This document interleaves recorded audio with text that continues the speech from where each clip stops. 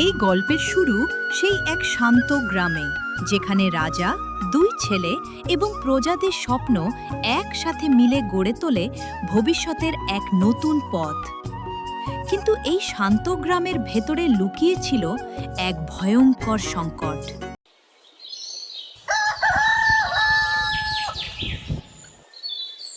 রাজা বীরেন্দ্র ধীরে ধীরে হাঁটছেন তার দুই ছেলে অর্ণব ও নীরবকে পাশে নিয়ে। তোমাদের কি মনে আছে ছোটবেলায় এই উঠোনেই তোমরা দৌড়ে খেলতে? অর্ণব সব সময় সবার সামনে দাঁড়িয়ে নেতা সাজার চেষ্টা করত, আর নীরব, তুমি চুপচাপ ওই আম গাছটার পাশে বসে পিঁপড়ের চলা দেখত। তখনই বুঝেছিলাম তোমরা দুজন আলাদা ধরনের মানুষ হবে। অর্ণব হেসে মাথা উঁচু করে বলল, বাবা, আমি তখন থেকেই কথা বলতে ভালোবাসতাম। সবাই যখন আমার দিকে তাকিয়ে শুনতো তখন মনে হতো আমি কিছু করতে পারবো। মানুষের সামনে দাঁড়িয়ে সাহস দিয়ে কথা বলা, এটা আমার খুব ভালো লাগে। রাজা তার কাঁধে হাত রাখলেন।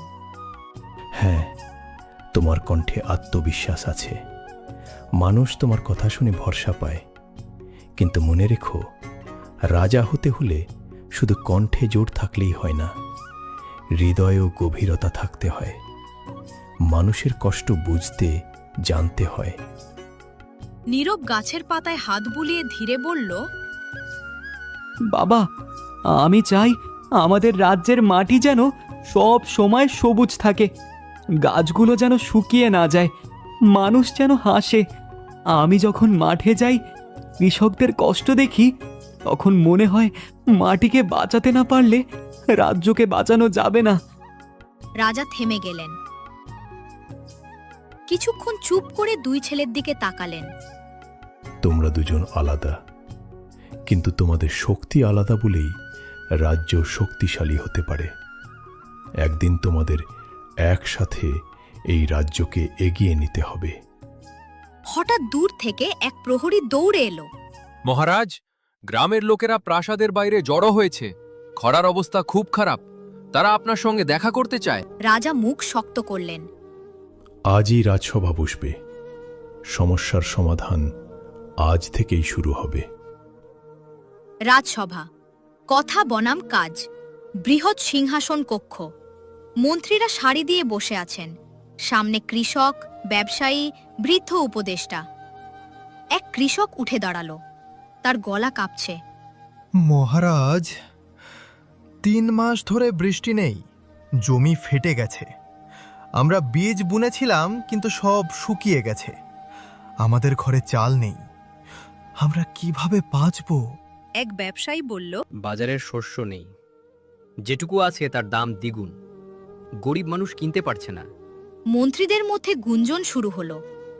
রাজা অর্ণবের দিকে তাকালেন। অর্ণব, তুমি কি বলো? অর্ণব আত্মবিশ্বাস নিয়ে উঠে দাঁড়ালো। প্রিয় প্রজারা, আপনারা ভয় পাবেন না। সংকট এসেছে, কিন্তু আমরা একসাথে থাকলে তা কাটিয়ে উঠতে পারব। আমি নিজে প্রতিটি গ্রামে যাব, মানুষকে এক করব, নতুন কূপ খনন করব, খাদ্যভাণ্ডার থেকে সাহায্য দেব, কেউ একা থাকবে না। লোকজন তার কথা শুনে কিছুটা আশ্বস্ত হল। তখন এক বৃদ্ধ উপদেষ্টা ধীরে উঠে বললেন, রাজকুমার, আপনার কথা হৃদয় ছুঁয়েছে, কিন্তু মাঠে কাজ করবে কে? শুধু ঘোষণা করলে কি ফসল জন্মাবে? সবাই নীরবের দিকে তাকালো। নীরব, তুমি কি করছে? নীরব ধীরে উঠে দাঁড়ালো। আমি প্রতিদিন কৃষকদের সঙ্গে মাঠে থাকি, শুকনো মাটিতে জল ধরে রাখার পদ্ধতি চেষ্টা করছি। ছোট ছোট বাঁধ বানাচ্ছি, যাতে অল্প বৃষ্টির জলও নষ্ট না হয়। গাছের শিকড় বাঁচাতে শুকনো পাতার আচ্ছাদন দিচ্ছি। আমি বিশ্বাস করি ছোট কাজই বড় পরিবর্তন আনে। এক মন্ত্রী ঠাট্টা করে বলল, মাটি ছুঁয়ে কি আকাশে মেঘ আনা যায়? নীরব শান্তভাবে বলল, মাটি যদি বাঁচে, আকাশও একদিন সাড়া দেবে। আমরা যদি চেষ্টা না করি, তাহলে তাহলে প্রকৃতি কেন আমাদের সাহায্য করবে? সভায় নীরবতা নেমে এলো। রাজা গভীর চিন্তায় পড়লেন।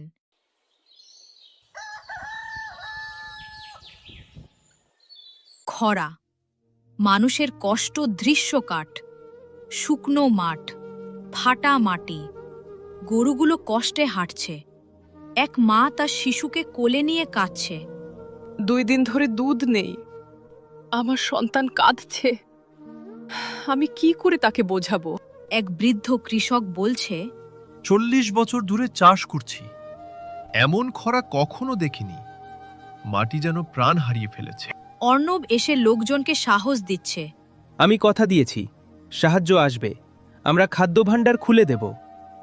এক যুবক চিৎকার করে, কথায় পেট ভরে না রাজকুমার, আমরা কাজ চাই, জল চাই। অর্ণব থেমে যায়, তার চোখে ব্যথা।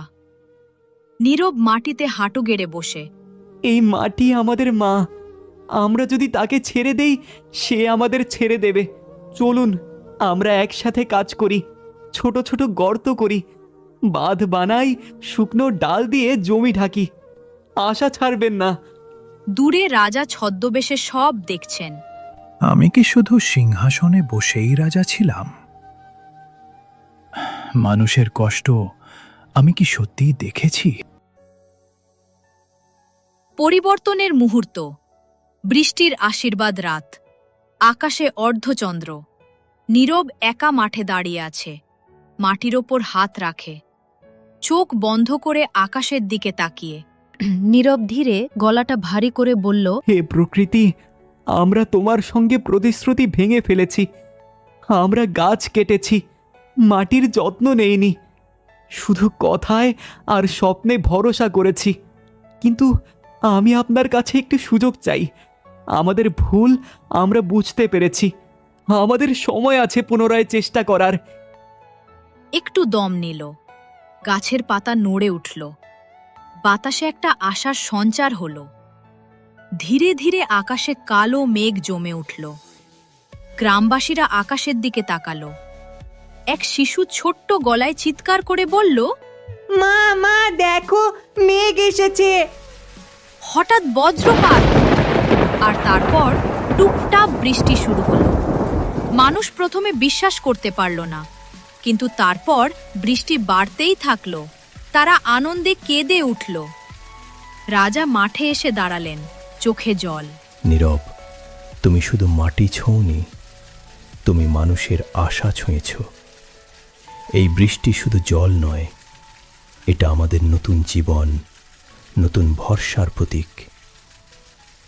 অর্ণব এগিয়ে এসে ভাইকে জড়িয়ে ধরল। ভাই, আমি শুধু কথা বলেছি, কিন্তু তুমি কাজ করে দেখিয়েছ।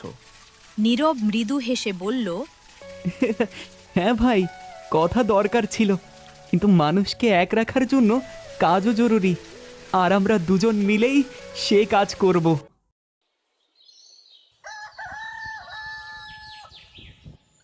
নতুন সূচনা, একসাথে রাজত্ব কয়েকদিন পর। মাঠ সবুজ, নদীতে জল, প্রাসাদের সামনে বিশাল সমাবেশ। রাজা সিংহাসনের সামনে দাঁড়িয়ে বললেন, আজ আমি একটি বড় শিক্ষা পেয়েছি। রাজ্য শুধু আদেশে চলে না, রাজ্য চলে নেতৃত্ব আর শ্রমে। অর্ণব, তোমার কণ্ঠ মানুষকে এক করে। নীরব, তোমার পরিশ্রম মাটিকে বাঁচায়। তোমরা একসাথে থাকলে এই রাজ্য অটুট থাকবে। তিনি দুই ভাইয়ের হাত একত্র করলেন। আমি প্রতিজ্ঞা করছি, শুধু কথা নয়, কাজেও মানুষের পাশে থাকব।